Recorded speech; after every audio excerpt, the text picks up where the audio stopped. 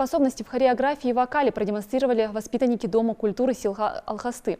Здесь прошел отчетный концерт творческих коллективов. Ребята готовились целый год, чтобы представить на суд зрителей результат своей работы. Но не только пение и танцы могли оценить пришедшие на концерт. Здесь также была организована выставка детских поделок. На мероприятии побывала наш корреспондент Ната Ивлоева. Целый год непосредственного труда, и вот, наконец, работники культуры демонстрируют жителям села плоды своей работы. Для Тамерлана Накастоева это не первое выступление перед публикой. Танцами Тамерлан занимается с ранних лет, но свою жизнь он не собирается связывать с хореографией. Для него это просто хобби, поделился мальчик. Много готовился, и я показал в школе тоже танцы, и сегодня выступил на сцене. А вот Жанна Фаргиева исполняет танец горянки. Волнение присутствует, но это не мешает ей выступать на отчетном концерте, признается девочка.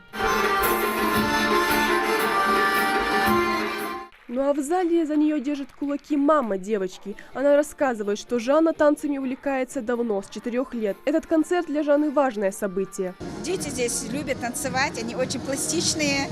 Поэтому, мне кажется, особого труда, может быть, учитель вкладывает, скорее всего, детей. Судя по реакции зрителей, концерт проходит успешно. В зале можно наблюдать лишь веселые лица и улыбки. Насколько важно проводить такие мероприятия, на мой взгляд, это необходимо для населения, для того, чтобы наши жители, молодое поколение, подрастающее поколение понимали, что такое культура, как наши предки жили и как они должны жить на сегодняшний день. В Доме культуры дети могут развивать творческие способности в полной мере. Здесь функционируют кружки изобразительного искусства, хореографии, кружок музыки и вокала и многие другие. Каждый выбирает в зависимости от собственных предпочтений. К примеру, воспитанницы прикладного кружка специально подготовили к концерту выставку подделок.